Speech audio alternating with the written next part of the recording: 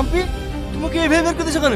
তোমাকে বলিনি ওর উপরে এমন অত্যাচার করবা ও তোরা নিজে থেকে বাড়ি থেকে বেরিয়ে যেতে বাধ্য হয়।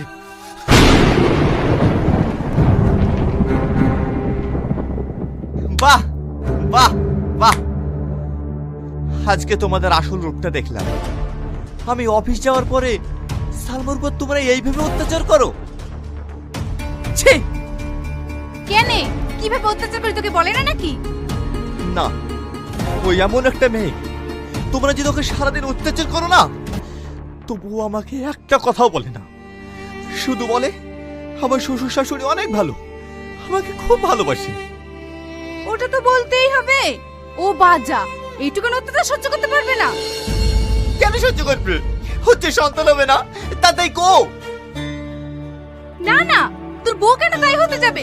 কপাল তো আমাদের খারাপ, জীবনে নাতি নাতনির মুখ দেখতে পারবো না। আরে তোমার ছেলে নাতি নাতির মুখ দেখাবে না বলেই তো এই মেয়েকে বিয়ে করেছে। এতে আফসোস করা কি আছে? আসো ঘরে আসো।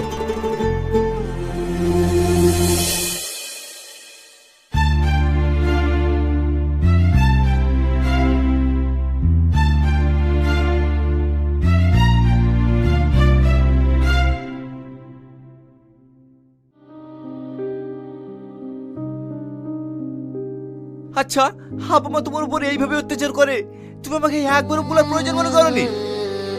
কি বলবো বলো, ওদের কোনো দোষ নেই। সব শ্বশুর শাশুড়িই চাই যে তাদের একটা লাতি নাতনি হোক, আর সেটা যদি না হয় তাহলে তো এইটুকু অত্যাচার সহ্য করতেই হবে বলো। তাই বলে এইভাবে অত্যাচার করবে? না না, আজকের পর থেকে আমি তোমার উপর কোনো অত্যাচার হতে দেবো না। তোমাকে একটা কথা বলবো? হ্যাঁ বলো। তুমি একটা বিয়ে করো। তুমি পাগল হয়ে গেছো নাকি? এইসব তুমি কি বলছো? আমি ঠিকই বলছি। ওর যদি একটা বাচ্চা হয় তাহলে তোমার আব্বা মার আশা অপূর্ণ হবে, আর তোমাকে আব্বা বলেও ডাকবে। আমার বাপ ডাক শোনার কোনো দরকার নেই। আমি তোমাকে ভালোবাসি, তুমি থাকলে আমার হয়ে যাবে। তাড়াতাড়ি রেডি হইলাম, এক জায়গায় যেতে হবে। কোথায় যাবা? একটা ভালো ডাক্তারের সন্ধান পেয়েছি, ওখানে তোমাকে নিয়ে যাব।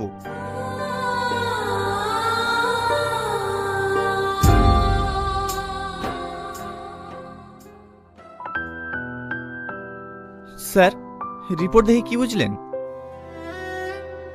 আপনার স্ত্রী বাচ্চা হবে। আপনি সত্যি বলছেন স্যার? আমার স্ত্রীর বাচ্চা হবে? হ্যাঁ, কিন্তু ছোট্ট একটা অপারেশন করতে হবে। অপারেশন করতে হবে? কোনো সমস্যা নেই, আজকে অপারেশন করে আজকেই বাড়ি নিয়ে যেতে পারেন।